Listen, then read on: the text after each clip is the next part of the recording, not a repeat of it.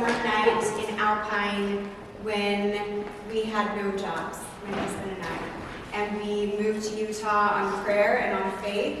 And I met Jared, and the rest is all of this. So I'm so grateful. I can't decide if I want to sit or stand. I don't know what my energy is like, so we'll see. Back up. Is that good? Thank you to everybody joining online. I know we've got family, friends, and other people who love and support us, and I'm just grateful that you are here. A lot of you know me. A lot of you know me really well. I run a lot of groups. I've worked with a lot of you very closely. You know that I'm in recovery myself, but I don't think you know all of my story. And I feel like that's what's on my heart to share tonight. So I kind of want to get to it. Before I start, I would love to do a little experiential thing, because what is me speaking without that, right? I want to talk about pain tonight. Emotional, internal pain. And I would like to get a gauge of what your relationship is like to pain in your life. So, let's do it. I'll keep you all off camera. Let's do this side of the room against here. It's like, I'm ready for it. Come at me, I love pain, I see the purpose, like whatever it is. This is like your rock Balboa. That side of the room where Bo is, let's say, by that table, that is the opposite end of the spectrum, which is I will hide, I will run, I will do whatever I can to avoid pain, because emotional pain can be a lot. So stand up, place yourself along this spectrum of where you are in relationship to pain in your life. Yes, wherever you want.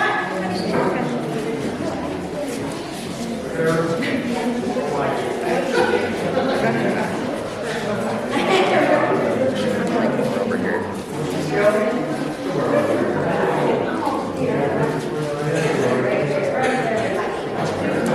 All right. So check in with yourself really quick. Check in with your body and just look in for 1 second and see, am I where I truly feel I am to my relationship with pain, or am I where I want others to see me? And if you check in and you feel like you need to move, go ahead and do that. So I'll just ask for a few people to maybe share what it is that they are feeling like. So somebody on this end of the spectrum who feels like pain, you are a rock star. Do you want to share? Sure. You know, pain sucks, and I fucking hate it, but at the same time, I know what's on the other side of that pain. And there's growth, and there's a beautifulness to it. And instead of running from it, like in my past, I run to it. You know, I face it because I can do hard shit, and that's just who I am as a person. Yeah, I love that. So for everybody online who can't see you or hear you, you talked about that pain is where you grow. Pain is your teacher. That there is beauty on the other side of it. And that you can handle it because you are the shit. And that is true. I know that about you. Somebody on this end who was like, keep me as far away from pain as possible. Who would like to? Who would like to speak? In action. Maybe just 1 or 2 words or 1 sentence that represents why you feel like you're standing where you are. I don't like pain. Yeah, you don't like I try to shy away from it. It causes wanting to numb. You know what I mean? Good. So Pain causes wanting to numb. Who can relate to that? Pain causes wanting to know. Absolutely. Absolutely.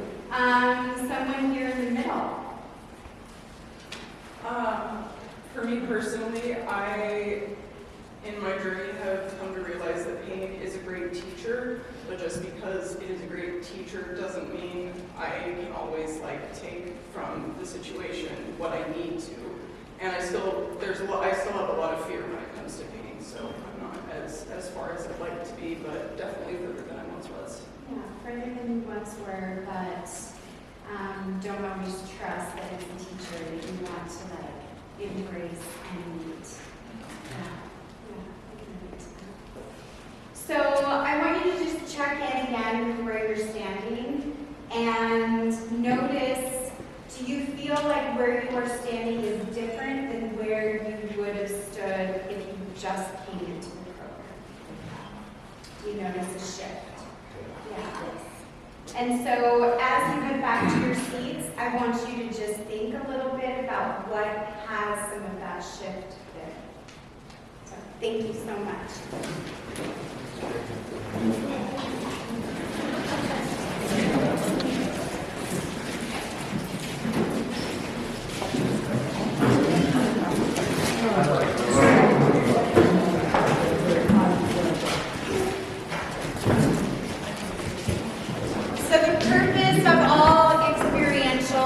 Why I love experiential therapy so much is because we are so stuck in our heads about what we think we know, about what we think we feel, about what the story is.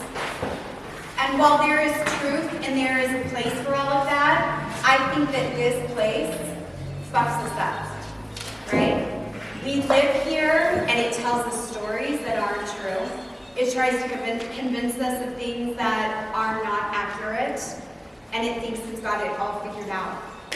With experiential therapy, I always want to challenge people to check in with themselves, with your body, with your heart. What are you feeling? Where do you feel that? Because where you feel that has a voice. It needs to say something. You have to honor it and give it a voice. Because if you can align these, your body, your heart, you can align, the head, the heart, and your body, that is when you will really be able to step into who it is that you really are, right? So the joke in our family and all the people that I know and love is, put your hand on your heart and tell me how it is you really feel.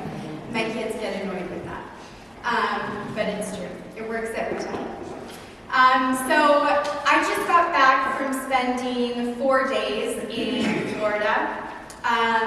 3 of those days I spent doing intensive experiential therapy sessions for myself. I have 10 years of sobriety from alcohol. I have never relapsed. I worked the AA steps. I went to AA like it was PHP.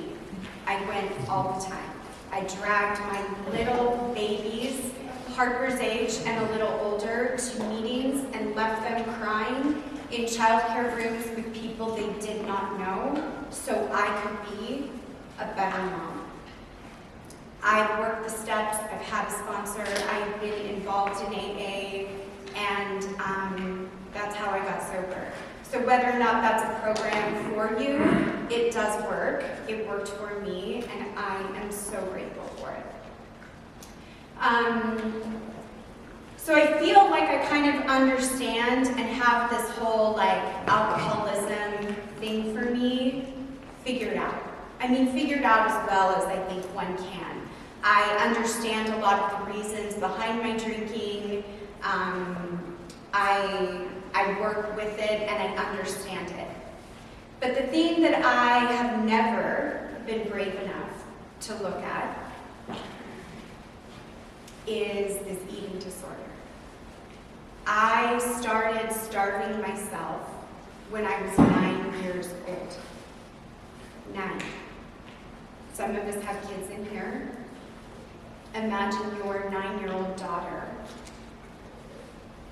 started herself. Because she believes that part of her is unworthy of love. Because she is not feeling the love and the nurture and getting those things that she needs.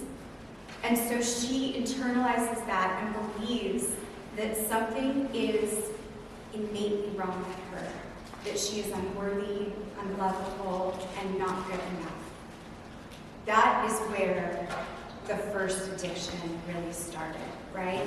Because it's never been about the food, it's never been about the alcohol, it has always been about those beliefs of unworthiness, of shame.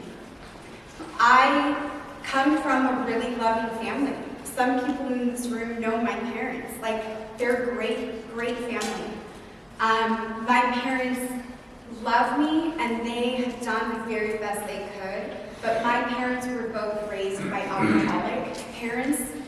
And while my parents did not drink and tried to do the very best job they could to change that cycle, my parents were still wounded kids raised by alcoholic parents. So there is some parts of them that are emotionally stunted, things that they don't know that their own pain is causing them or guiding them, right? And so there was never this like ugliness in our house, but there was some like disconnect. And my belief from a very young age was, I am not loved like my older sister or my older brother. There must be something wrong with me. And so I started to do the one thing that I knew how to do when I was that little to control that deep hurt, which was, I will control what I eat. And I am in pain, and when I am hungry and I control that hunger, then I think I'm dealing with pain. Does that make sense? And so all of the steps that I've worked, all of these years in recovery, I have never worked on the eating disorder. And I just opened this own business of mine, and I am on the verge of bigness and purpose and like stepping into this beautiful place. And I still feel like that little girl who is unworthy and unloved and who feels pain, and the only way she knows how to deal with it is to starve herself.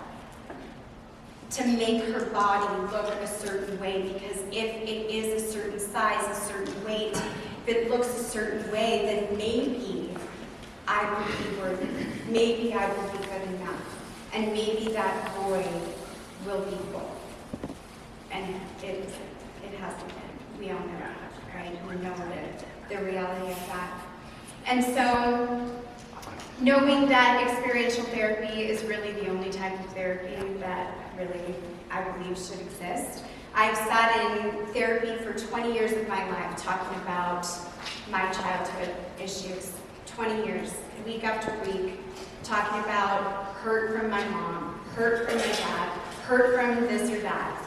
And I have never been any better than I was when I started. I understood maybe a few things a little more. Does it help to talk about stuff? Yeah.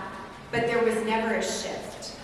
And so I knew that in order for me to find a shift, I had to go dive in and do for myself what it is that I ask and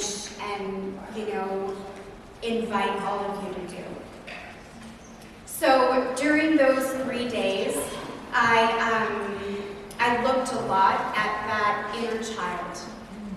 Inner child work is something that is so cliche therapy that I think we roll our eyes by it. Who in here has heard their therapist or a friend or whatever talk about their inner child? Doing inner child work. Oh, only a few. Okay. Well, good. In group, what I notice is that I have people that will get very resistant about wanting to go back and talk about the things that happened in their life. Because those experiences were very painful. There was abuse, there was whatever. And so people think that I don't want to go back there, pick up all that pain, and now I just have it with me. I don't ever want you to do that either. But I know that that little child needs to be seen. That little child needs to be witnessed. And the events that we have experienced in our lives, we will never change that history. But as my adult self, I can go back and I can see that little girl. And the little girl that I got in touch with these past few days was not the 9-year-old. It was this 4-year-old self who was just so sad. So sad. And so what I know is that if I, as my adult self, can go back and can witness and see her and love her and honor her, then she doesn't have to be the one who is running my life anymore. Because right now, that's been the case, right? She is like, I know what to do when things are stressful, when we're insecure, when we're scared, when we're feeling unworthy. I know what to do. I will be out in front, and adult me is like, do it, because I'm scared. I don't know what to do. So I force that little girl to always show up and to always try to be brave for both of us. And what her coping skills were at 4, 5, 6, all the way up, served her. Like, thank God for the eating disorder, because that was the safest thing she could think of. But at 44 years old, that does not serve me anymore.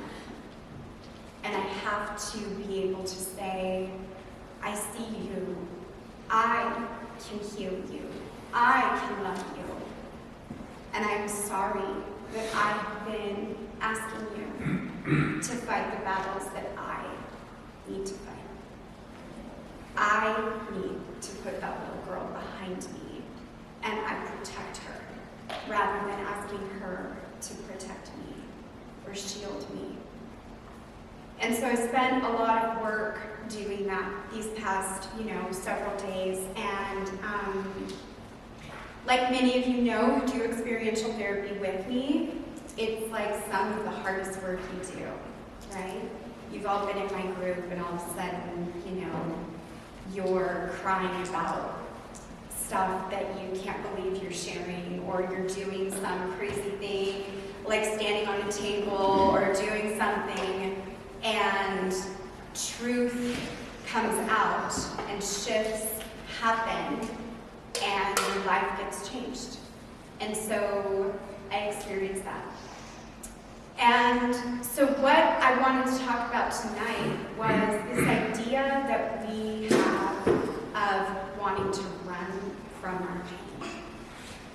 And I hope that when we think about running from pain and our aversion to pain, like Bo talked about, we are all like that little child who touches something and it is hot, and we immediately recoil because we don't like pain, right? We are here on this earth not to suffer, so we think, but so we run away from things that hurt us. But what I want to invite you to think about is to think about how pain is the portal for you to find your real self. And so pain, when I experience pain, I let myself experience it. I let myself sit with it. As I sit with it, I try to notice where this pain lives in my body. Because all the pain lives somewhere else, right? When I experience feelings of unworthiness and of not being accepted, that lives in my gut. Like, it feels heavy and it feels hollow. When I think of the pain from, will I be accepted? Am I good enough? I feel that in my chest. I feel it like tight.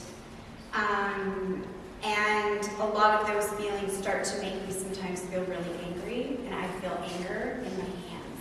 Like they're tight, they're clenched. And so I encourage you to notice, where does the pain live in you? And if you can pay attention to where it lives and what it feels like, you can start to ask it, what is it that you want me to know? What is it that you want to teach me? What do you want to tell me? And that pain will always speak to you, always.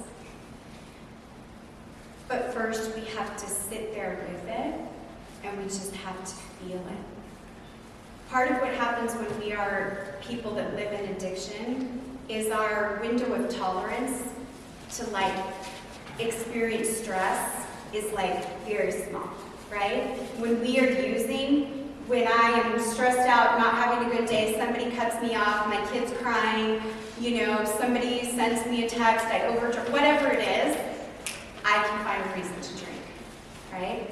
When my life is really great and things are so exciting, I can find a million reasons to drink and increase those feelings. So we come into recovery with a very small window of tolerance because we don't know how to sit with things that are hard. We don't know how to sit with those things that are painful. And what you do when you work in a program is you start to sit in those things a little more. You might sit in one of my groups and you might think, this is the most painful thing I'm doing, just being in here. And every time you sit there and you feel that and you don't leave, that window gets bigger. Every time you sit in my group and you feel uncomfortable, as I talk to you and challenge you on different things, and you choose to step in, and you choose to participate or to go deeper, your window of tolerance grows. And I will tell you the truth, you will not stay sober and live a beautiful life if your window does not get bigger. And that window only gets bigger by work. And as it expands, it has just the same capability to get small again. And so the challenge is to keep being willing to sit in the hard, the fear, the uncomfortable, and to sit in it and listen to it. What you have to teach me is now my response to pain. What do you want me to know? Because I believe that our experiences come from God. Whether you believe in nature, if you don't believe in a higher power at all, I do. It's my higher power. I will always speak from that. But I believe that part of my experience here on earth is to feel, and to feel all of the things. And that in all of those things, there is a piece of me, a part of me that I want to know. And I have to sit with those things in order to know her. I look today at pain and I choose to walk towards it. That does not mean that me going into this experience in Florida and knowing exactly what I wanted to work on. These issues that are so deep and I've protected so well. It doesn't mean that I was skipping my way into this woman's office space for 3 days, so excited. No, there was so much fear and so much hesitation. But I want to be free more than I want or am willing to suffer. I want to know my authentic self. I want to know every version of her. I want to know what she likes to do. I want to know who she is. I want to know her strengths. I want to know how she impacts others. I want to know how she is supposed to grow into herself, and it's only through sitting with pain and walking through it that I get to know her and experience that.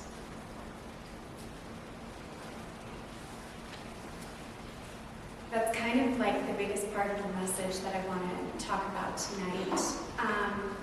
I think it makes sense to do a little bit of a break now. I do want to answer lots of questions. If you have different things you want to hear me talk on, I'm happy to do that.